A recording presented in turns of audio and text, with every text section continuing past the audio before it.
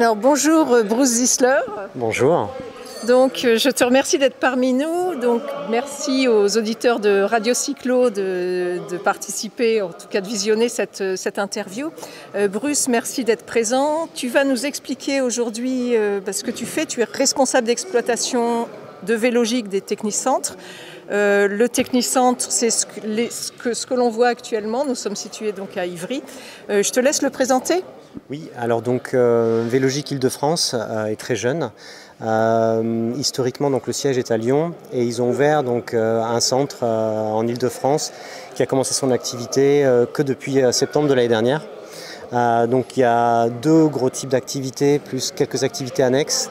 Il faut savoir que là où vous êtes actuellement, c'est donc l'activité de maintenance Vélib.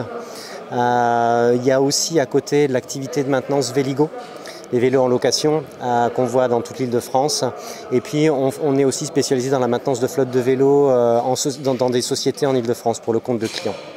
Voilà, donc ça ce sont les trois activités principales. Donc ce technicentre, on voit qu'il y a beaucoup de techniciens vélos. Ça représente du coup quelle équipe ? Là il y a à peu près une quarantaine de techniciens rien que sur Vélib. Avec différents types de métiers. Il y a d'abord le métier d'entrée qui sont les opérateurs. Ça c'est un métier qui ne requiert pas une connaissance énorme du vélo. Les gens sont formés, donc ça nous permet soit de prendre des gens qui ont pas un accès facile à l'emploi et de les former pour qu'ils correspondent après à ce que nous on recherche, soit des gens en reconversion aussi. Et donc eux ils sont chargés à la fois de démonter les vélos qui sont HS pour récupérer les pièces, de prémonter certaines parties pour faciliter la réparation des vélos dans la globalité. Voilà. Ensuite on a les postes de mécaniciens qui donc eux sont autonomes sur pied, qui soit arrivent avec des compétences et qu'on forme pour qu'ils aient un savoir qui leur permette de réparer des Vélib, qui est un vélo bien spécifique. Soit il y a aussi ce qu'on appelle un campus qu'on est en train de créer chez Vélogic, parce que c'est vrai que c'est compliqué aujourd'hui de recruter des techniciens. Le vélo c'est un secteur qui est en pleine expansion et c'est vrai que jusqu'à aujourd'hui les métiers de réparation du cycle n'étaient pas super valorisés, les formations n'étaient pas très adaptées et du coup en interne on essaye aussi de former les gens pour pouvoir les faire monter en compétences le plus rapidement possible. Du coup, on va parler du reste de l'équipe, mais je crois que vous participez également au programme de la FUB, Académie Vélo, qui est notamment financé par le programme des C2E. Oui, alors ça par contre je laisserai, je pense que vous allez vous entretenir avec Françoise qui elle est spécialisée là-dessus. Moi c'est vrai que je ne l'ai pas trop suivi. Moi ce que je sais c'est qu'aujourd'hui donc, il y a ce campus qu'on veut créer, qu'on le fait aussi en partenariat avec les écoles de formation dont l'INCM. On reçoit pas mal d'étudiants de l'INCM qui viennent faire leur stage ici, qu'on forme et du coup ça nous permet aussi de voir les différents profils qui se présentent et le cas échéant de recruter derrière. Alors revenons-en au reste de vos techniciens et de votre équipe. Donc oui, je disais qu'il y avait donc en entrée chez Vélib les opérateurs. Ensuite, il y a les mécaniciens sur pied qui sont sur un monovélo, donc vraiment que du Vélib spécialisé là-dedans. Donc ils sont capables de faire des diagnostics électriques, mécaniques, etc. et de réparer les pannes. Ensuite, on a au-dessus d'eux les chefs d'îlot qui eux ont la responsabilité de plusieurs mécaniciens. Parce qu'en fait, là, on est vraiment, comme je le disais, sur de l'industriel. Donc, on est engagé sur des volumes. Et donc, il faut absolument qu'il y ait une hiérarchie qui permette de monitorer tout ça et d'ajuster la production suivant les personnes présentes, parce qu'il peut y avoir de l'absentéisme, etc. Donc, il faut vraiment qu'on ait différents paliers qui nous permettent d'adapter la production. On a différents types de réparations à faire, du plus simple au plus complexe. Et donc en fonction de la configuration, on va privilégier les vélos plus faciles ou on va s'attaquer aux vélos plus compliqués si on a assez de personnel et de temps. Du coup, il y a les chefs d'îlot, comme je disais, et au-dessus, les chefs d'atelier qui vont monitorer tout ça et faire le suivi toute la journée, à la fois des vélos réparés, de la qualité en sortie, et que les volumes correspondent bien, les volumes journaliers correspondent bien à ce pour quoi on s'est engagé. Alors, tu parlais du Vélib. Le Vélib a quand même une équipe également pour la maintenance. Vous venez en renfort, c'est ça? Exactement. En fait, il y a un tel nombre de Vélib en circulation aujourd'hui que je pense qu'il n'y a aucune société à elle seule qui est capable de faire les réparations de tous les vélos. Donc en fait, ils sont allés chercher des prestataires, différents prestataires, et nous on en fait partie. Je crois qu'il y a à peu près 25 000 vélos pratiquement. Ah oui, exact. Et nous, c'est à peu près, on comptabilise, on fait 25% de la maintenance au global. Alors vous êtes également en charge de la maintenance de Véligo, Véligo Location, puisque vous êtes, Vélogic est membre du consortium avec La Poste, avec Cyclèse et avec Transdev, exact. Donc pour la mise en place de cette délégation de services publics mise en place donc par la région Île-de-France, sur toute l'Île-de-France, où là il y a pratiquement 20 000 vélos avec différentes tranches. Oui, alors pas encore. Il y a eu une première tranche, ça a commencé très doucement à partir de septembre l'année dernière. Là on est à 10 000 vélos. On est en train de passer à 15 progressivement. D'ici octobre, c'est l'objectif. Et d'ici fin d'année, fin janvier 2021, on passerait aux 20 000 vélos qui étaient prévus. Donc Vélogic qui est en charge de la maintenance de tous ces vélos? Exactement. Donc on a à la fois des techniciens en interne qui sont soit à l'atelier pour les vélos qu'on récupère, qu'on ne peut pas réparer sur site parce qu'on se déplace, soit au domicile des clients, soit sur leur lieu de travail. Si on n'arrive pas donc à réparer les vélos sur place, on les rapatrie, on les échange, on leur donne un vélo, comme ça eux ils peuvent continuer à circuler. Et donc on a à la fois des techniciens en atelier et des techniciens en itinérance. Oui, alors juste ce qu'il faut se préciser, c'est que finalement ce sont deux marchés un peu différents. Le Vélib, c'est du libre service, alors que Véligo Location, c'est de la location longue durée qui en principe est prévue pour 9 mois, on va dire.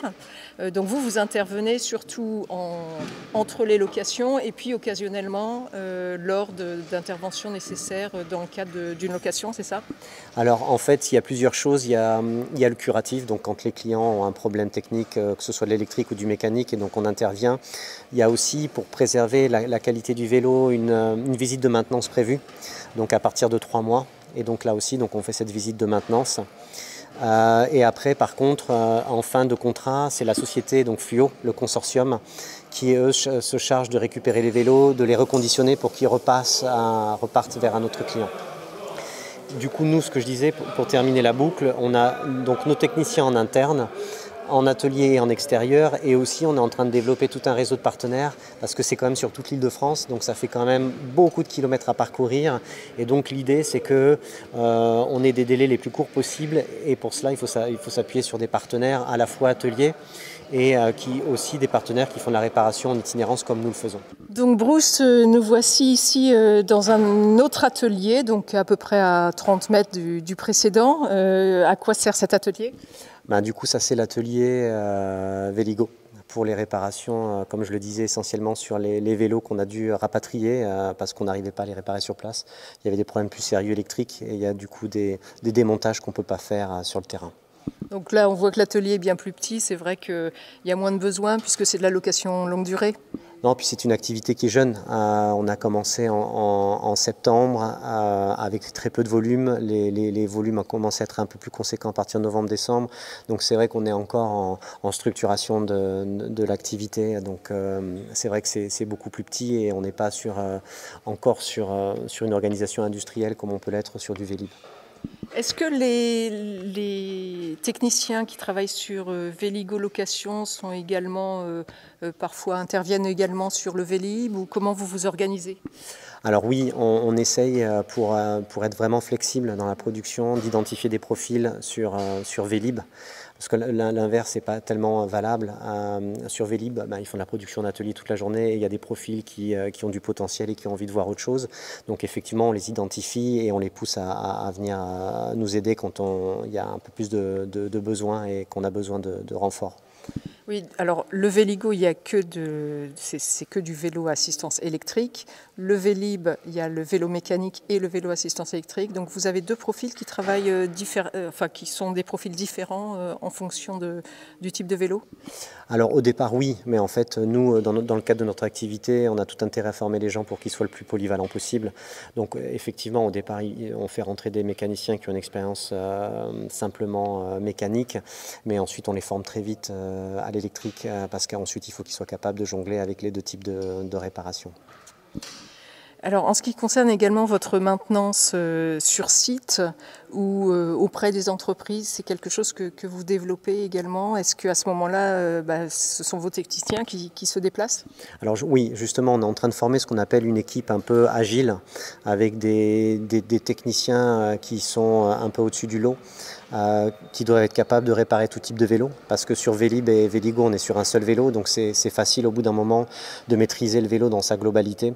Par contre, quand on travaille sur différents types de vélos, il faut savoir les diagnostiquer, il faut savoir s'adapter à des vélos qu'on n'a peut-être jamais vus avant. Donc c'est vraiment des profils différents. Ça requiert pas mal d'autonomie. Il y a de la relation client, puisque soit on a l'entreprise en face de nous, soit pour Véligo on a des clients. Donc il faut avoir une appétence pour la relation client aussi. Ils gèrent aussi leur planning, ils adaptent leur planning pour pas perdre de temps et que ça soit le plus optimal possible. Donc c'est vrai que c'est des profils qui sont totalement différents entre Vélib et Véligo, voire l'équipe agile où eux, ils sont, que ce soit en termes de compétences techniques ou humaines, ils sont au-dessus du lot, quoi. Et donc au final, l'équipe est composée de combien de personnes? On est à 11 personnes au total en termes de mécaniciens chez Véligo, avec en plus donc le chef d'atelier. Et ensuite, il y a l'équipe aussi dispatch, puisqu'on gère les demandes clients. Donc là, il y a à peu près 6 personnes du côté dispatch aussi, donc qui gèrent les demandes et qui planifient les tournées d'intervention. D'accord. J'imagine que c'est votre plus grand technicentre en France, puisque Vélogic a plusieurs techniciantes, sachant que Vélogic travaille sur tout le territoire national. C'est le plus grand? Oui, c'est le plus grand. Il représente la moitié du chiffre d'affaires donc de Vélogic. Et ce qui a été particulier, c'est que c'est vrai qu'il y a eu une montée en puissance très courte, puisqu'on a commencé en septembre. Et en fait, on ne s'attendait pas nécessairement à avoir cette montée en puissance-là. Donc oui, on est devenu très vite le plus gros pôle. Combien de voitures as-tu chez toi? Alors, j'en ai une que j'ai achetée là en juin. Je n'avais jamais eu de voiture avant. Donc moi, j'étais en vélo tout le temps. Et c'était dans un but d'itinérance. Moi, j'ai l'intention d'aller camper avec ma voiture. Voilà, c'est pas pour le quotidien. Bon, ça va. L'honneur est sauf. L'honneur est sauf. Écoute, merci beaucoup, Bruce. Et puis, à très bientôt, j'espère, sur l'antenne de Radio Cyclo. Merci à vous. À bientôt.